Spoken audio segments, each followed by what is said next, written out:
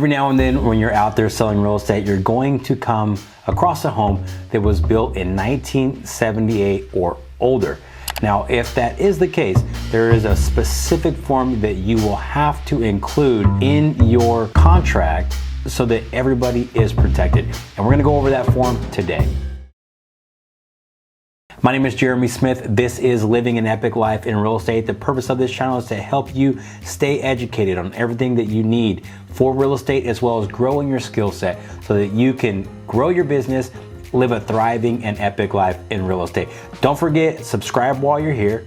Hit the bell so you get notifications. Share this video with more folks and comment below on more topics that you would like to see me cover in future videos. And without any more delay, let's get right into the addendum for seller's disclosure of information on lead-based paint and lead-based paint hazards as required by federal law. First blank, like we see so many times, street address and city. That'll do. You don't got to go any further. Then you have paragraph A, which is a lead warning statement. That statement says that every purchaser of any interest in residential real property on which a residential dwelling was built prior to 1978 is notified that such property may present exposure to lead from lead-based paint that may place young children at risk of developing lead poisoning. Lead poisoning in young children may produce permanent neurological damage, including learning disabilities, reduced intelligence quotient, behavioral problems, and impaired memory. Lead poisoning also poses a particular risk to pregnant women. The seller of any interest in this residential real property is required to provide the buyer with any information on lead-based paint hazards from risk assessments or inspections in the seller's possession, and notify the buyer of any known lead-based paint hazards. A risk assessment or inspection for possible lead paint hazards is recommended prior to purchase. Now, you don't have to have one, it's just recommended. Notice inspector must be properly certified as required by federal law. So you can't just have anybody out there if they're inspecting for lead-based paint. They got to be legit. So paragraph B is the seller's disclosures regarding what they do or do not know regarding lead-based paint on this particular property. So paragraph 1, presence of lead-based paint and or lead-based paint hazards. They got to check a box here, right? There's only a couple choices. They got to check a box. Either 1, known lead-based paint and or lead-based paint hazards are present in the property. If they know that to be true, that's the appropriate box to check, and then there's room for an explanation. The other option, which is the most common option, is B, where it says seller has no actual knowledge of lead-based paint and or lead-based paint hazards in the property. If they don't know, it's a legitimate answer. Check the right box.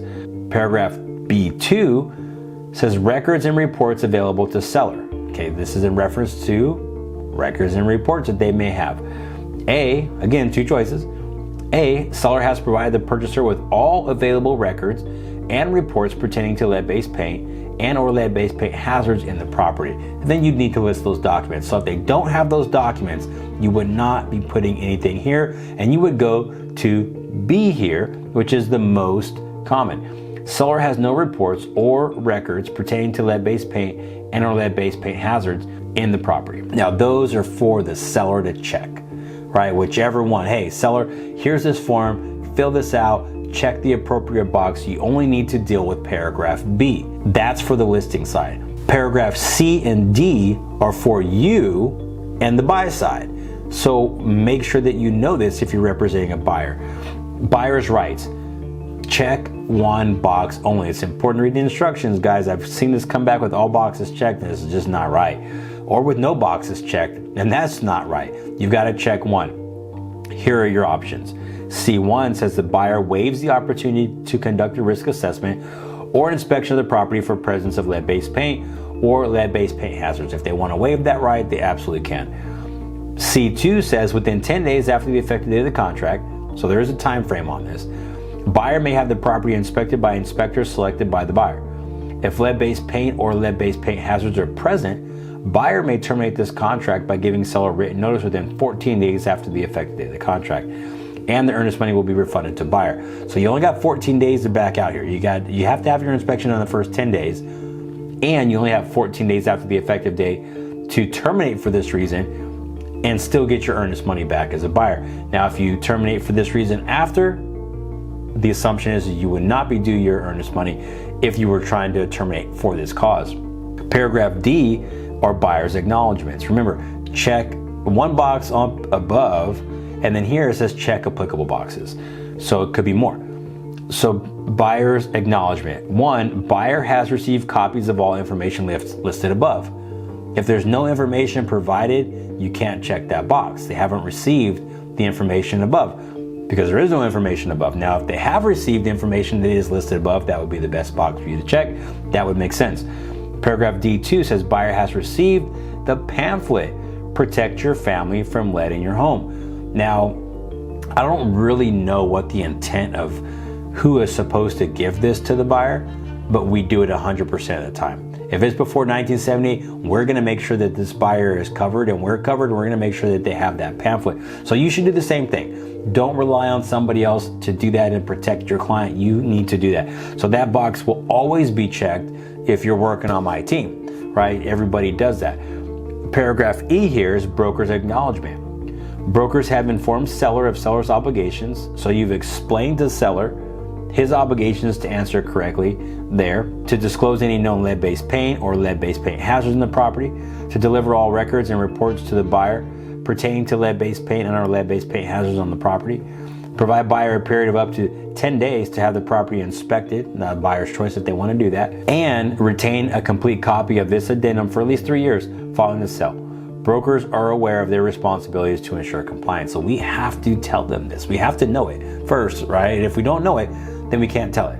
So we have to be able to explain this and help our client to understand how important this is, to be accurate and thorough in filling it out. So certification of accuracy, the following persons have reviewed the information above and certified to the best of their knowledge that the information they have provided is true and accurate. So they may not know. I don't know is a legitimate answer. There's a spot for that on here.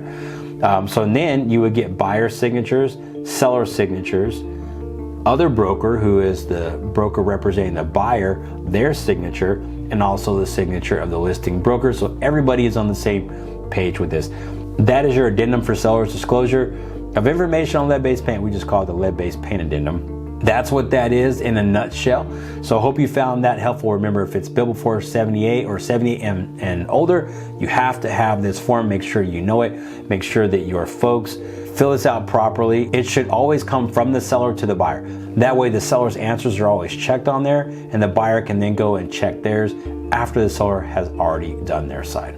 All right, again, guys, my name is Jeremy Smith. This is Living an Epic Life in Real Estate. If you found this video helpful, there are others that will help you here as well. So look through the playlist. Don't forget to subscribe to the channel. Comment below if you have any suggestions, comments, hate, whatever. Put it in there. It helps us grow the channel, and we'll see you guys on the next one. Peace.